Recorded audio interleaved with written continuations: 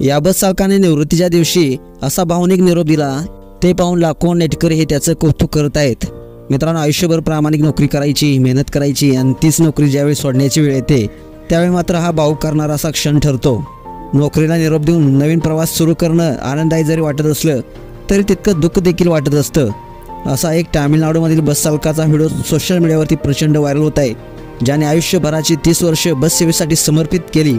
बस चालक 30 वर्ष दिवस रात्र प्रवाशांच्या सहवासात रमून गेला। त्या सेवेतून निवृत्ती घेताना मात्र त्याचे डोळे भरून आले। मित्रांनो, तुम्ही या व्हिडिओमध्ये पाहू शकता, या बस चालकाचा नोकरीचा हा शेवटचा दिवस आहे। सुरुवातीला बस चालक या स्टेअरिंगवर डोकं ठेवून नतमस्तक होतो, पाया पडतो आणि त्या बसमधून खाली उतरतो।